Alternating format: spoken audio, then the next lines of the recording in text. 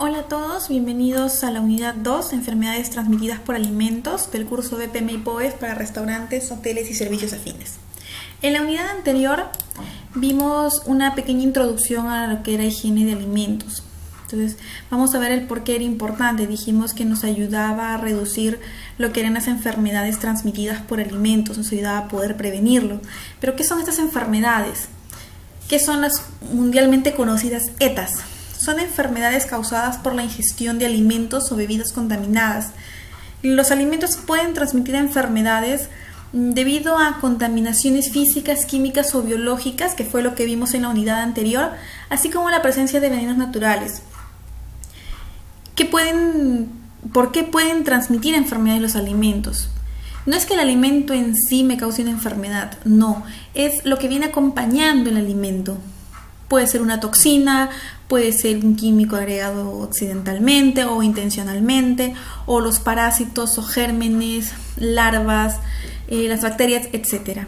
Entonces, son todos estos cuerpos extraños o agentes extraños o externos los que van a ser los causantes de estas enfermedades. Ahora, los brotes de enfermedades transmitidas por alimentos, cuando hablamos de brotes, se refiere a la aparición de dos o más casos de enfermedades similares causadas por la ingestión de un alimento en común. Cada año ocurren millones de casos de enfermedades causadas por alimentos, ¿no? Algunas requieren hospitalización y otras muertes, y todo esto se traduce a gastos. No solamente la pérdida de vida o el esfuerzo médico, sino también requiere un gasto enorme, no solo a nivel de salud pública, sino también a nivel de salud individual, a nivel familiar. Según la Organización Mundial de la Salud, la incidencia anual de diarrea estimada en el mundo es de 1.500 millones de casos, y se ha descrito que el 70% de las diarreas se originan por la ingestión de alimentos contaminados con microorganismos y toxinas.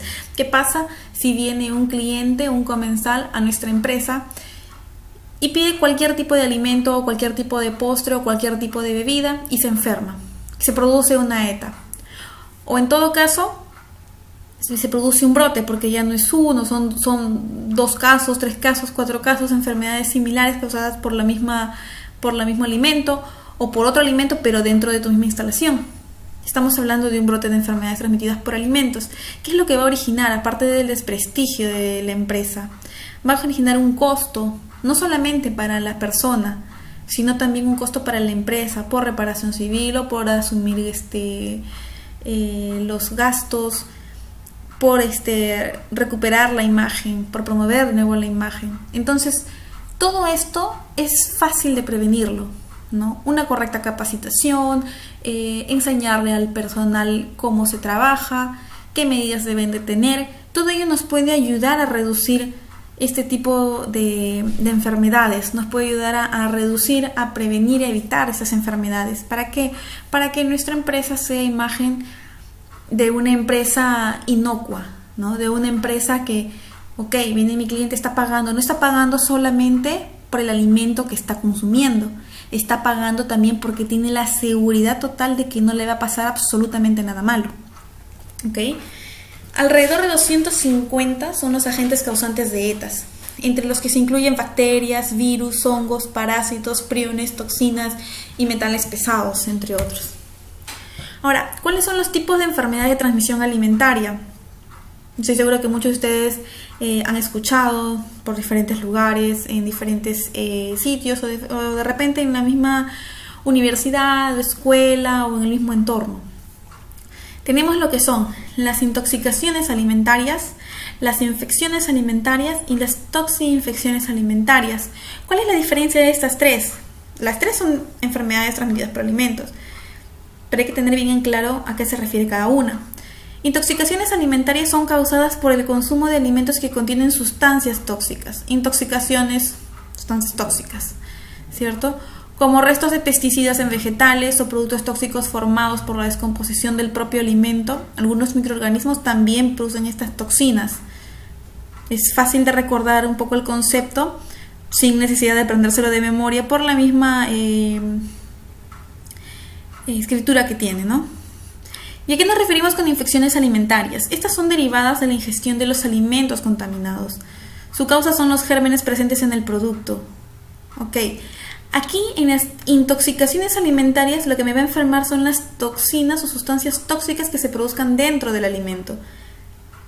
Y las infecciones alimentarias lo van a causar los gérmenes presentes. No sé si me dejo entender. Un germen presente me va a causar una infección alimentaria. Las toxinas que me puedan producir ciertos tipos de microorganismos me va a causar la intoxicación alimentaria. ¿Y qué es una toxinfección alimentaria? Estas son originadas por la presencia en los alimentos de gérmenes patógenos que además de reproducirse también producen toxinas. ¿Ok? Entonces vamos teniendo esas 3 definiciones muy claras para poder hablar propiamente de lo que son ETAs. Generalmente el conjunto de todas las enfermedades se las conoce con el nombre de toxinfecciones alimentarias, porque bueno, es el que engloba a todos, ¿no?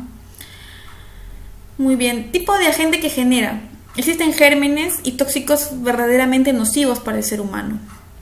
La dosis ingerida del germen que contiene el alimento o de la sustancia tóxica o toxina que produce, generalmente se necesita una alta concentración de gérmenes en el alimento, aunque algunas toxinfecciones se desarrollan con pequeñas cantidades de microbios o toxinas. Por ejemplo, un poco de la toxina del Clostridium botulinum, solamente unos cuantos microgramos, una pequeña dosis en la punta de la lengua hasta nos puede matar. Entonces es muy variable, dependiendo del tipo de toxina, dependiendo del patógeno, dependiendo de todo, va a representar una letalidad o nocividad.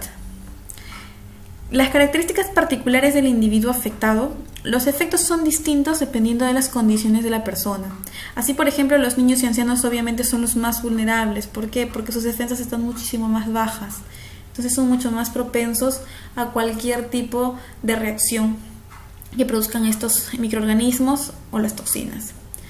Entonces hablamos de poblaciones con riesgo de contraer enfermedades transmitidas por alimentos, y ciertos grupos de personas corren un riesgo mucho más alto de contraer una enfermedad transmitida por alimentos, como decíamos, los ancianos y los niños menores de 3 años o niños en edad preescolar, precisamente porque su sistema inmunológico es mucho más débil, uno en el niño porque recién se está desarrollando y otro en el anciano porque se está debilitando, ¿no? Son ambos polos del ciclo de vida. Luego también tenemos a las mujeres embarazadas, ya que los sistemas inmunológicos de las mujeres están débiles durante el embarazo. El cuidado es muy importante en esta etapa. Y otras poblaciones como personas con cáncer o que reciben quimioterapia, las personas con VIH-Sida, las personas que recibieron un trasplante, las personas inmunocomprometidas, las personas que reciben un trasplante o las personas que reciben cierto tipo de tratamientos o que están pasando por alguna enfermedad en específico, ¿no? Todo ello, ¿a qué se traduce? Al sistema inmunológico. Toda persona que tenga el sistema inmunológico débil, sea por la edad misma que tenga o por el estado en el que esté pasando, por la enfermedad que esté afrontando, va a ser muchísimo más propensa a enfermarse. Entonces la pregunta es, ¿cuántos de nosotros no hemos recibido a niños en la empresa donde trabajamos? ¿Cuántos de nosotros no hemos recibido mujeres embarazadas o personas enfermas o ancianos?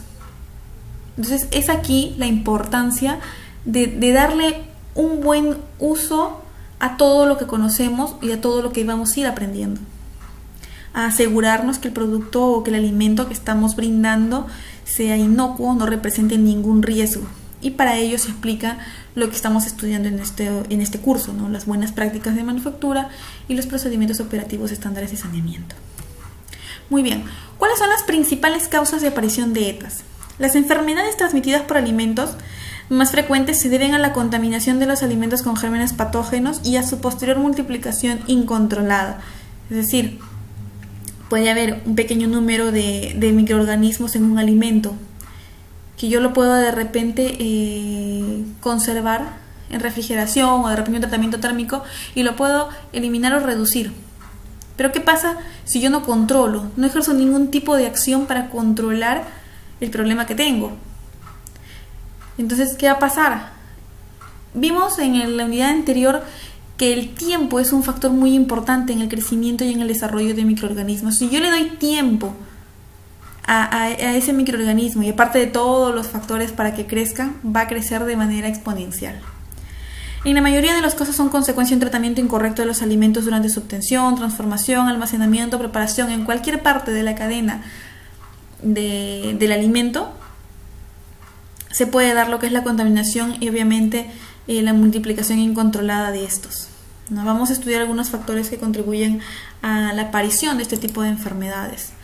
La manipulación y conservación incorrecta de alimentos y platos preparados, que es una de las causas mucho más frecuentes, ¿no?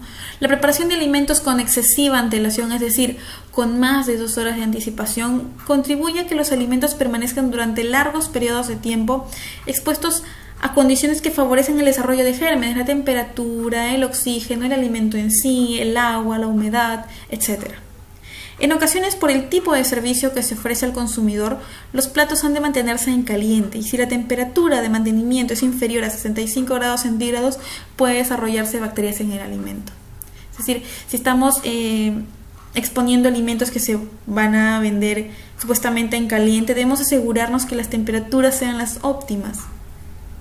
¿De acuerdo? ¿Y cómo sabemos esto? Hablamos de temperaturas en las que las bacterias mesófilas, es decir, las que se desarrollan a temperatura ambiente, crecen con mayor libertad, que es entre el rango de 5 a 60 a 65 grados centígrados. Entonces, si dejamos los alimentos en este rango de temperaturas, le vamos a dar a los microorganismos mayores facilidades para que se desarrollen. Las probabilidades de desarrollo de microorganismos o de toxinas va a ser mucho mayor que ejerciendo una medida de conservación adecuada, ¿no? Para el alimento que se refiere. Otras veces los alimentos se cocinan para consumirse después, conservándolos hasta entonces bajo el efecto del frío. Tanto el enfriamiento lento de los platos cocinados como una temperatura de refrigeración insuficiente pueden motivar el desarrollo de gérmenes. Así también el cocinado insuficiente, el recalentamiento inapropiado de los alimentos o su descongelación incorrecta son también factores que contribuyen a la aparición de enfermedades de transmisión alimentaria. ¿De acuerdo? Y no hay que olvidar siempre que existe una zona de peligro. Y es por eso que se aplican lo que son las medidas de conservación. Otro factor para que se desarrollen o para que se produzcan las ETAs es la contaminación cruzada entre productos crudos y alimentos cocinados.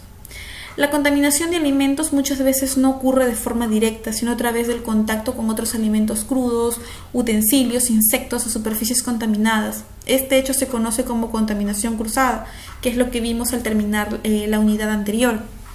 La contaminación cruzada es el proceso por el que las bacterias de un área son trasladadas generalmente por el manipulador de alimentos. Ojo, puede ser por muchos factores.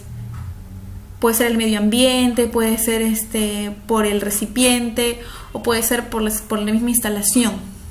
Pero generalmente es el manipulador de alimento el que, queriendo sin querer, contamina el alimento. Entonces, lleva carga microbiana de una zona sucia a una zona limpia. A eso es lo que se refiere, ¿no? Que lo lleva a otra área antes limpia, de manera que contamina los alimentos o las superficies. Y decir, no, pero yo vengo de una zona sucia, estoy en una zona limpia, pero no toco el alimento, pero estoy teniendo contacto con la mesa o con el cuchillo, con la puerta, con X cosas. Que puede venir otro manipulador de alimentos y puede tocar las mismas superficies que yo toqué, o peor aún, puede posar los alimentos o los platos en los que va a servir los alimentos justamente en la superficie en que yo puse mi mano o algún tipo de herramienta o algún tipo de utensilio que estaba contaminado. Tenemos también lo que es la contaminación debido a equipos y manipuladores infectados, que es prácticamente casi lo mismo, ¿no? Los equipos de tratamiento de alimentos han de estar perfectamente limpios. En caso contrario, pueden ser una fuente de contaminación, lo que les hablaba hace un momento. A su vez, los malos hábitos higiénicos de los manipuladores de alimentos potencian los riesgos de transmisión de enfermedades. Se han escuchado la frase o que siempre se dice en casa, ¿no? Una vez que hay que lavarse las manos al salir del baño, ¿no? Usar el baño o antes de comer. Y no son frases que simplemente se usan en casa, se usan en todos lados. Y todo eso tiene un sustento, ¿no? Todo, absolutamente todo, en todos los lugares hay presencia de gérmenes, de microorganismos patógenos. Y sobre todo el hombre mismo, el ser humano, es un portador de gérmenes, de bacterias. Tenemos bacterias en el cabello, en los ojos, en la boca, en la nariz, en las manos, al momento en nuestras zonas íntimas, en nuestra piel. En absolutamente todo el cuerpo tenemos bacteria. Inclusive dentro también tenemos una flora bacteriana que es inofensiva hasta cierto punto. Entonces, ¿a qué viene todo esto? Es que el ser humano de por sí, por su propia naturaleza, ya es un portador de gérmenes y de bacterias. Entonces tiene que tener y tomar conciencia y tener hábitos para poder disminuir o para poder prevenir algún tipo de contaminación. A esto le llamamos lo que son las buenas prácticas de manufactura o las buenas prácticas de manipulación. ¿Cuáles son las buenas prácticas que va a tener mi personal, que voy a tener yo, para no dejar que se contamine mi producto final, mi alimento, lo que estoy vendiendo o mi bebida o lo que sea? ¿De acuerdo? Entonces, esto es muy importante. Obviamente hay muchísimos otros vectores como los animales, los roedores, el entorno mismo, pero de por sí, generalmente es el ser humano el que contamina más. ¿Ok? El problema surge cuando el manipulador no presenta síntomas de enfermedades, siendo sin embargo portador de gérmenes peligrosos para los alimentos. Muchas veces estamos enfermos, pero no lo decimos. ¿Por qué? Porque si voy o me pueden decir regrésate y ¿sabes qué? Te van a descontar el día o X cosas, ¿no? En este caso, la empresa tiene que adoptar una posición en la cual el trabajador se tenga que ver comprometido con la inocuidad, sin que esto represente una amenaza para su trabajo, ¿no? Entonces, se tienen que adoptar medidas para que se pueda hacer propicia la confianza y también el ejercicio de las buenas prácticas. Una persona que está enferma no puede tener contacto directo con los alimentos.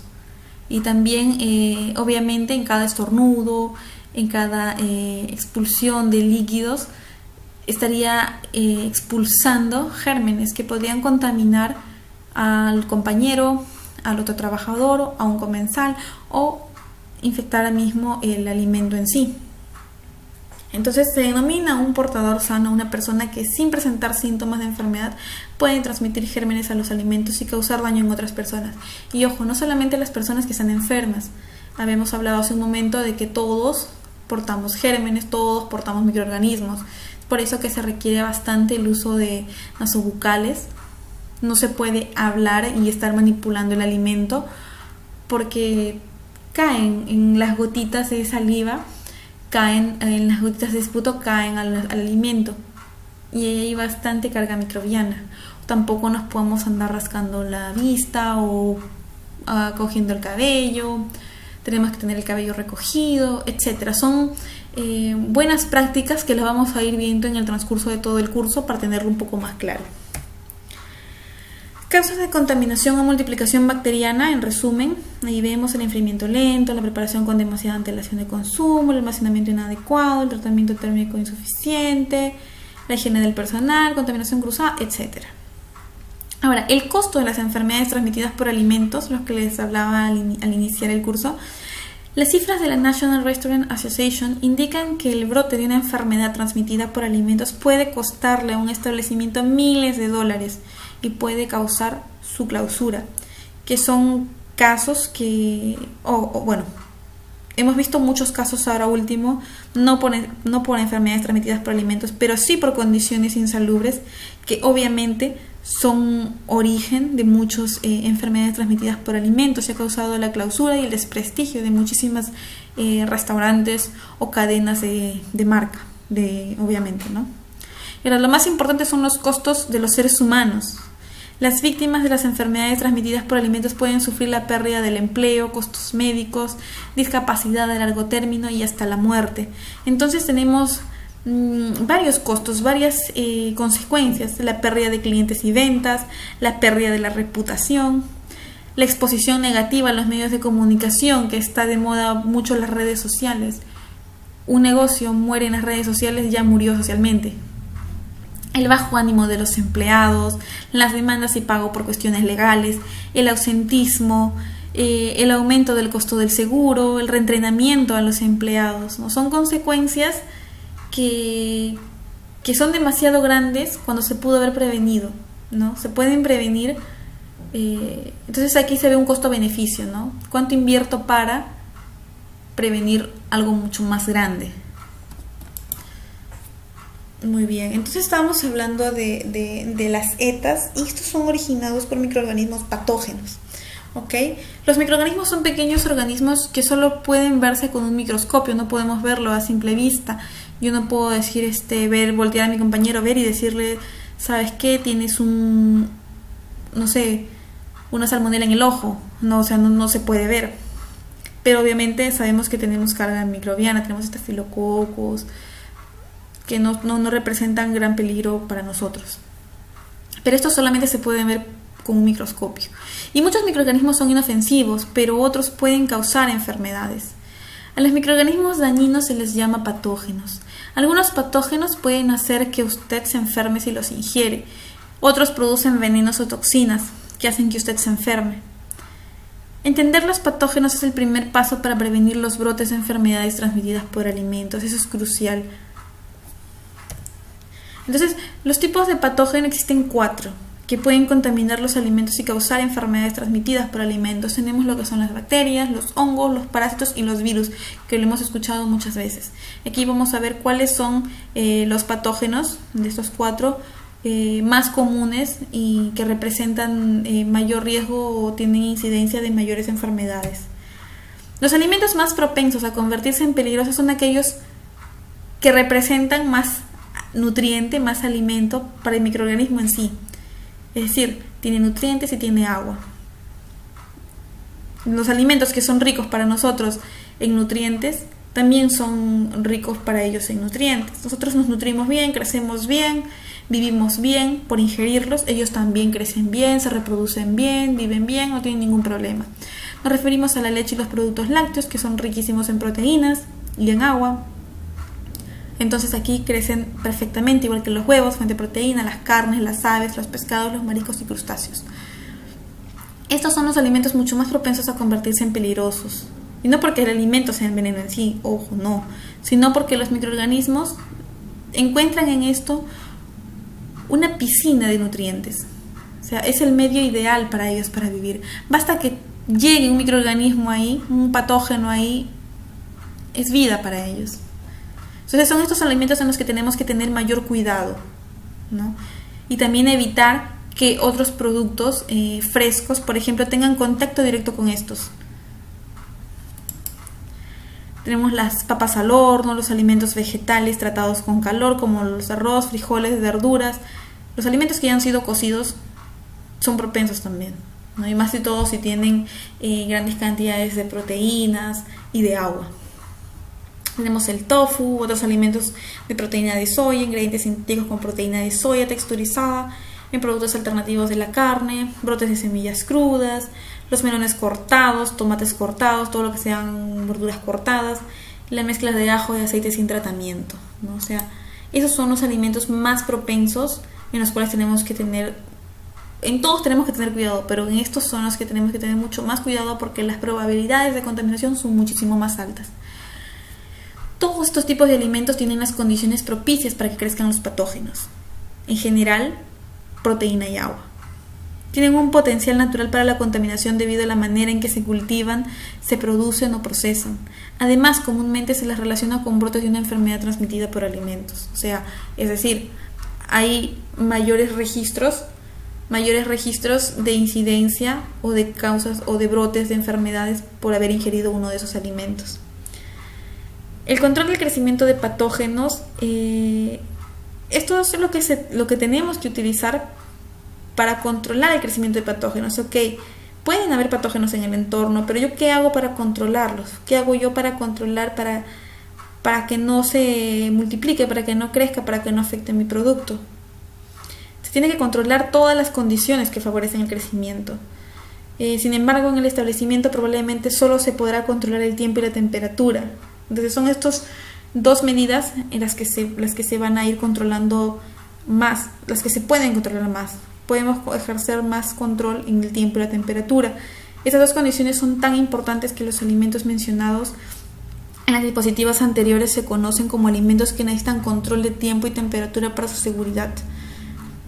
Para controlar la temperatura se debe hacer todo lo posible para mantener los alimentos fuera de la zona de temperatura de peligro que hablamos, ¿no? La temperatura en la que crecen los microorganismos mesófilos. Para controlar el tiempo se debe limitar el periodo de estos alimentos están en la zona de temperatura de peligro. Y para lograr todo esto, el chef o la persona encargada de la foto, por ejemplo, refrigera la ensalada de pasta después de prepararla, ¿no? Está ejerciendo un control de temperatura.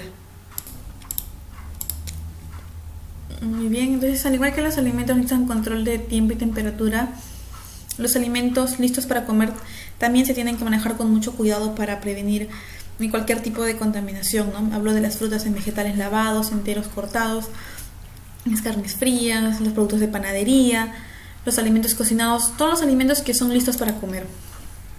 Muy bien, hablamos de virus, que es un tipo de patógeno que puede afectar a los alimentos. Los virus son la causa principal de las enfermedades transmitidas por alimentos.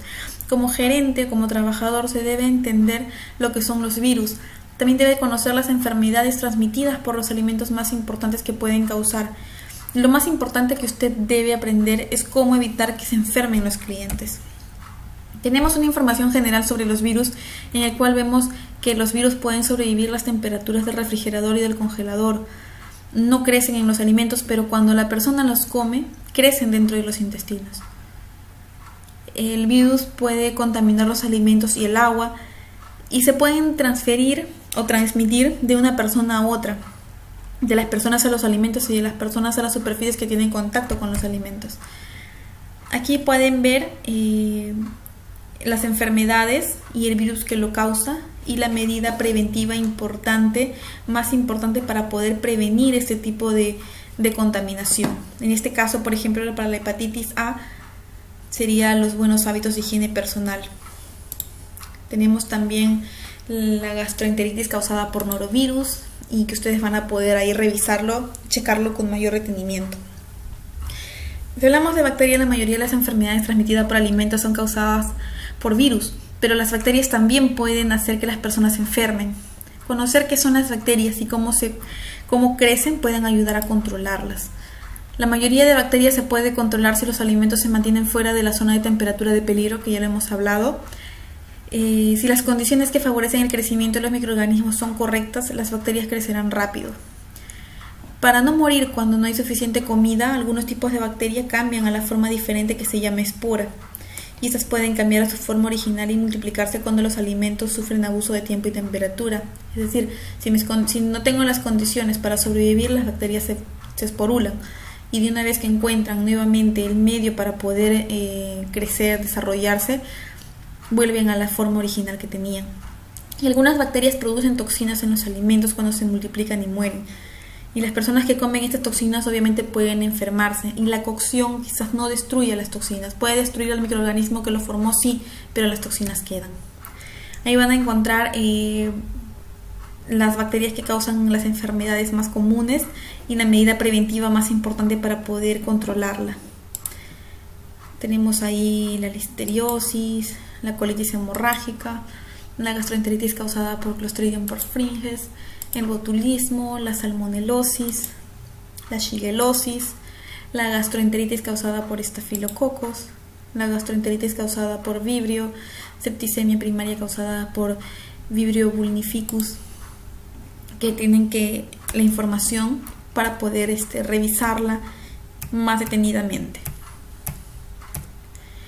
Tenemos lo que son también los parásitos. Las enfermedades causadas por parásitos no son tan comunes como las causadas por bacterias o virus, pero sí se dan. Y aún así es importante entender este grupo de patógenos para prevenir las enfermedades causadas por ellos.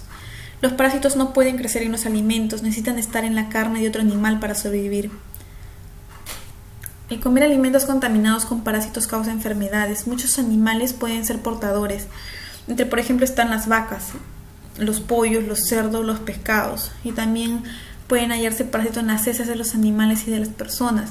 Y los parásitos pueden contaminar los alimentos y el agua, sobre todo el agua usada para irrigar las frutas y verduras.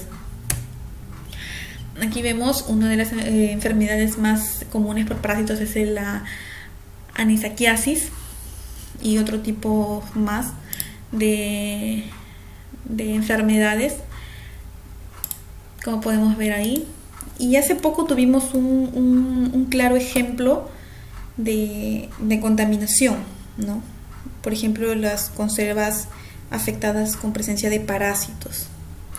Entonces, esto se debe a que no hubo un buen tratamiento térmico también, pero básicamente es por contaminación de aguas, ¿no? El parásito, el pescado se contaminó porque el agua estaba contaminada. Entonces el parásito encontró un huésped que fue el pescado, no hubo un buen tratamiento en la planta, siguieron los parásitos.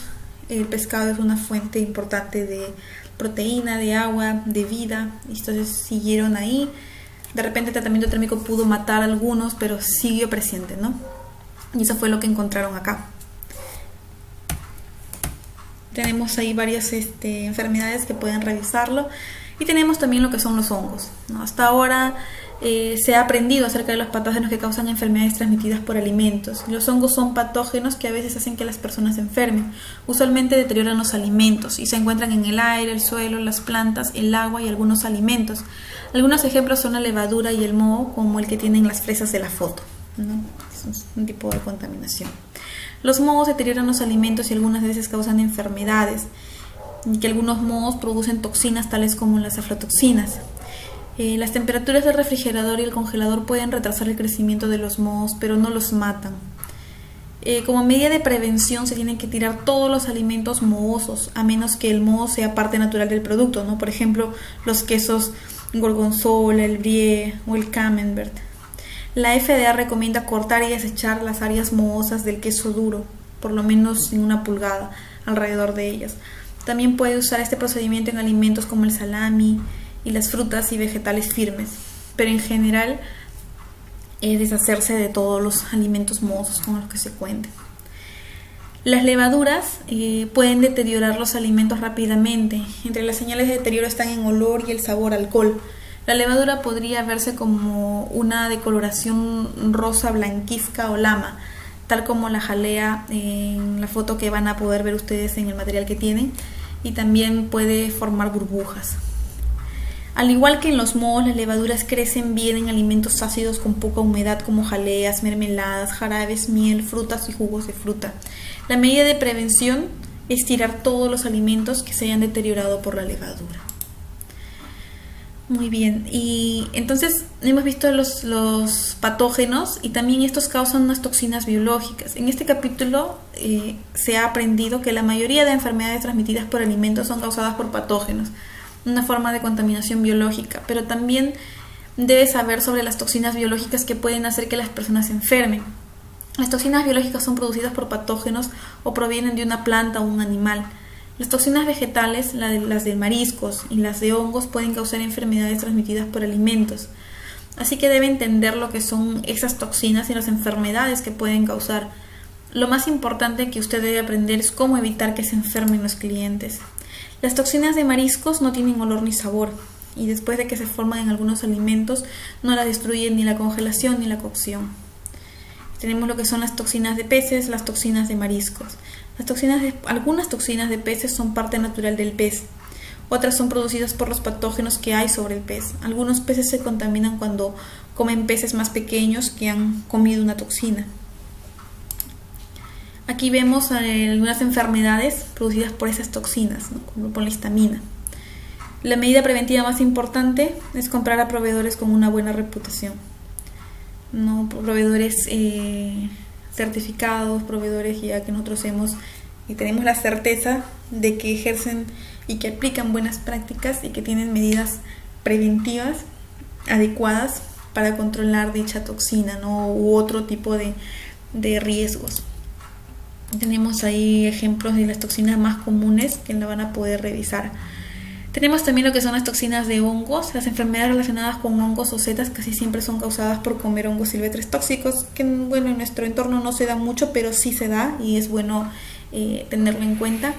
Y la mayoría de casos ocurre porque los hongos tóxicos son confundidos con especies comestibles, ¿no? Los síntomas dependen del tipo de hongos o setas que se hayan comido.